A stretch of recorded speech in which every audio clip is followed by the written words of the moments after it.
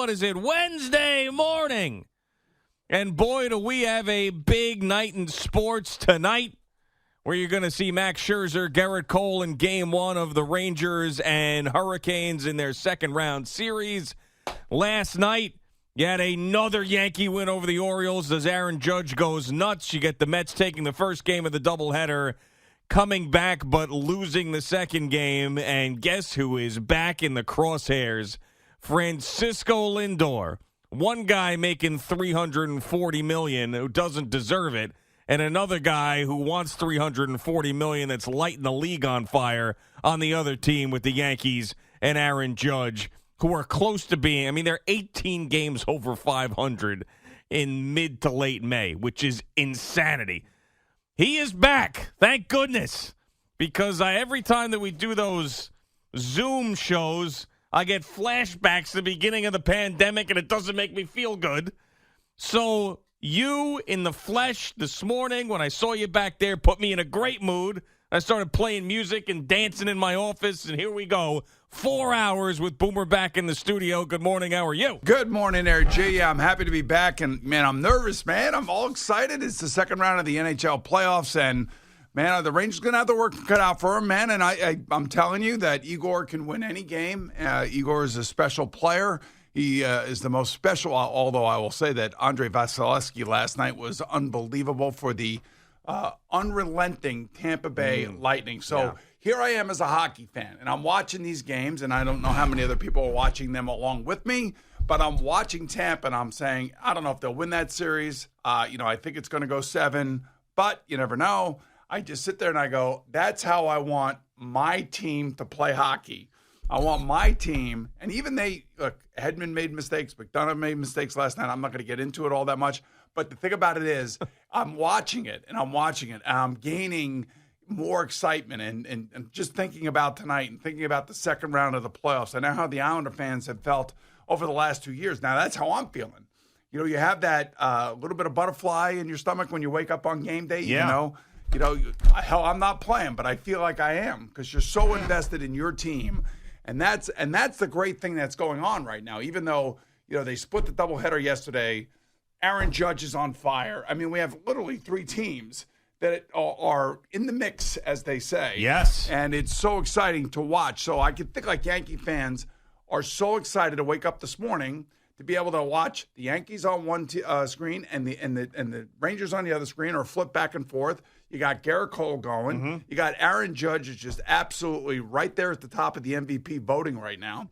And then on the other side for the Mets, you got Scherzer on the mound, as you said. And then we have the Rangers, playing in a playoff game. This is what we as New York sports fans have been waiting for a long time for. Yeah, it feels like forever. There's been a long stretch where nobody has been good, or there's been disappointing finishes. And right now in this spring heading into the summer, we got a lot of things to be excited about. It's funny that you say that, you're not playing, but you feel like you are playing. There's been a couple of times in my past where, like a Viking playoff game, where I felt like if you put me on the field on a third down for one pass rush, stop. You put me in that third down, you put me in that 3-point stance off the edge. Steamrolled. I could get to the quarterback. Obviously I know I couldn't. But you get the point is you get so fired up that you're like, put me in the pads for one play, and I'm telling you I'll get it done because you're so fired up as a fan for the team. I have to say, coming to work this morning, man. Look at this. Look at me right here. See, yes. I was thinking that was me like that was Marash. You couldn't wait to kill him. 4th and goal. This is like me, 4th and goal Super Bowl Vikings championship. As I'm pancaking a guy who's 40 pounds heavier than me with my ass hanging out. It was all right there. Yeah, but I have to say, that's how I woke up this morning. And being, via Zoom the last couple of days, you kind of lose a little of the fire. You lose a little bit of the juice. The juice, yes. So I woke up this morning early. Because I just couldn't wait to get the day going. Yeah. I could not wait to get the day going. And not only that, we have our CBS up front today. Oh. So that's a big deal for our company and TV side of the company. And I'm looking forward to, seeing all the boys and hanging out with those guys a little bit later on this afternoon. But, man, I'm telling you, I will be in front of that TV. I'll be ready to rock and roll. And I cannot wait to see what this thing unfolds into. And like I was saying to you yesterday, we have a ton of young guys, experiencing all of this for the first time. And for the most part, they handle themselves reasonably well for a 7-game excruciating series. And Igor came back and found his game. But it's, like the unexpected is what just drives us as fans. And I remember this as a player, too. I would wake up on a Sunday morning going, wow, this is, I have that kind of feeling again. Yeah. And it's great just to have that feeling. It's great to be, just have the energy back and just ready to rock and roll and feel good about it. And, I cannot wait. Well, speaking of feelings, what are your feelings about Francisco Lindor right now? Who's hitting 150 in May. His power numbers are terrible. He obviously strikes out with a runner in scoring position, the tying run on second base last night. It's just been ugly for him. And I know that the Mets, being 10 games up, 6 games up in the division, 10 games over 500, you feel very good about their start. So that sort of sprayed some fragrance on the Francisco Lindor month. But, I mean, it's too much to ignore now. It's too much to ignore. I mean, you saw the lineups last night, right? Yeah, no, I know. I mean, the first game lineup, you're like, oh, how are they going to manufacture runs? And they win a game that I don't know. Well, they play to win. That's, we all know that story. They play to win the game. And you have to play it in order to win it. And when you looked at what the Mets were trying to do yesterday with their pitching staff in Game 1, and then you look at their lineup, you're like, ugh. Now, you contrast that to the Yankee lineup.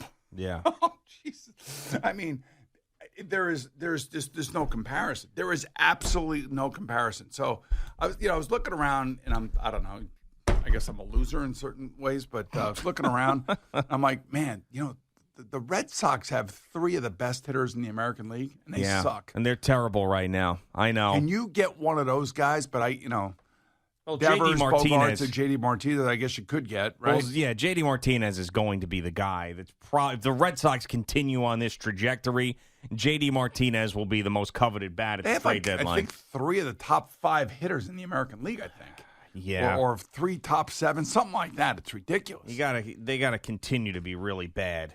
But I'm like, every night with the Mets, it's like scoring position, strikeout, scoring position, strikeout. It was the other night. Was it last night or the night before? I get confused. Joey Gallo in the first inning, he's got a 3-2 count. He's got the bases loaded, and he looks at the ball right down the middle.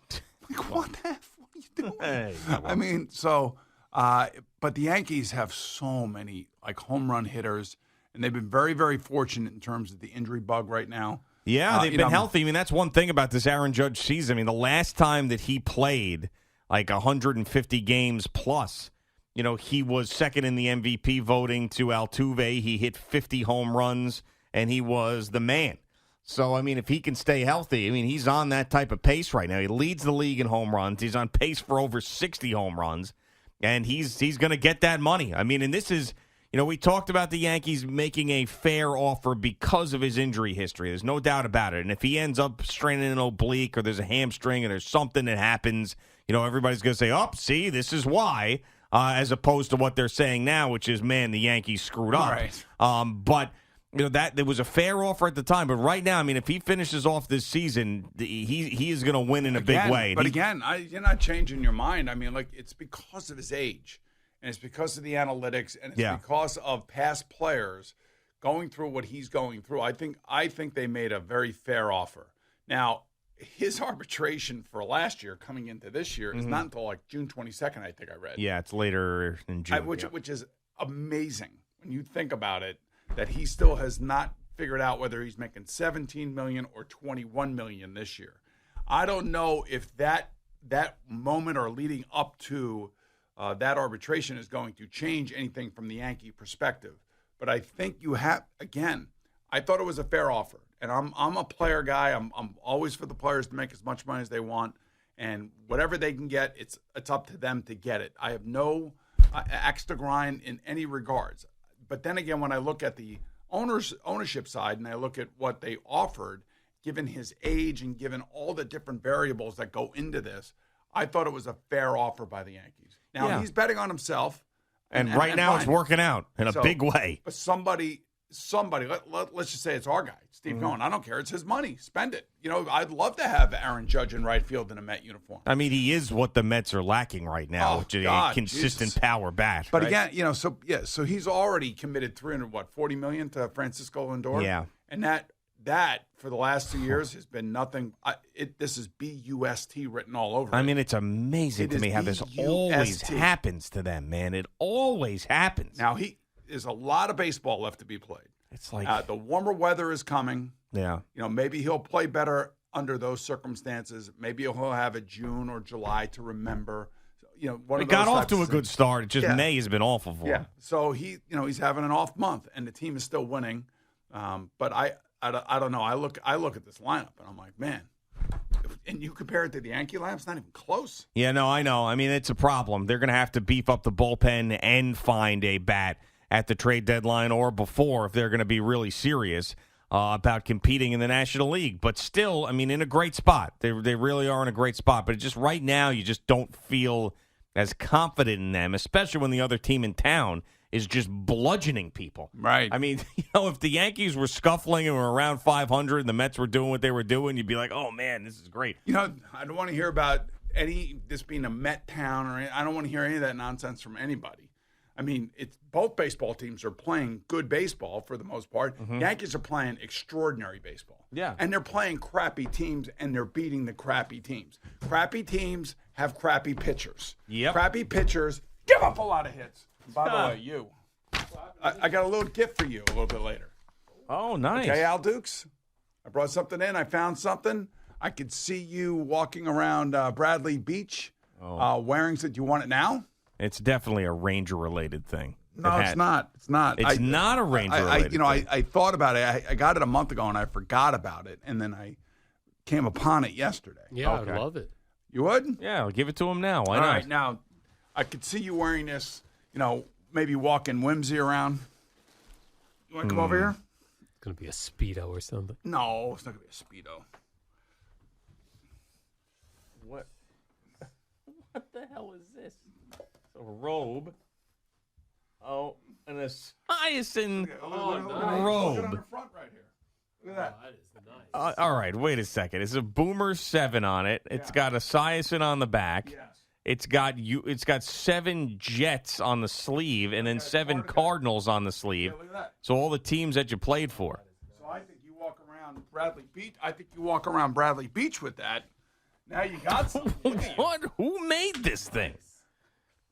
Honestly, who made this? I have no idea. I remember. I think I sent a thank you note to whoever sent that. Yeah, okay. But it's been sitting in my office probably for about 2 or 3 years. Now, Maybe. Al does like a robe in a you're a big hotel. robe guy, right? In a hotel when it's time for sexy time. That is for sure.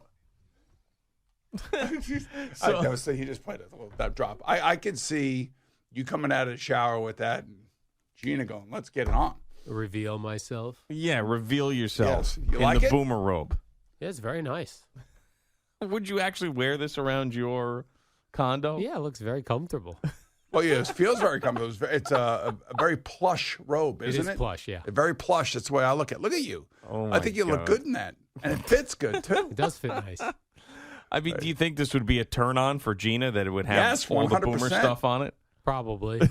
You want a jersey? I can get you a jersey. Remember I gave Craig a jersey? Yeah, recall that. very Right, for creepy, Kim? very Yeah. creepy No, situation. there. but it was all good. It worked out well, he said. Yeah. He I said don't it worked out really well because he loves his wife in a jersey. Yeah, well, here you go. The Boomer robe. I could just picture Al nude underneath that thing, unveiling himself I think that looks to his great, Al. girlfriend with all the Boomer stuff all over it.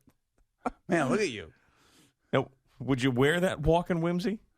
No, you don't wear a robe walking a dog, Well, but depends on, what's going on in your life, how old you are. And like, That's look, true. when you're like 85 and you're not really sure where you're going and stuff like that, you wear that robe, you'll still get action.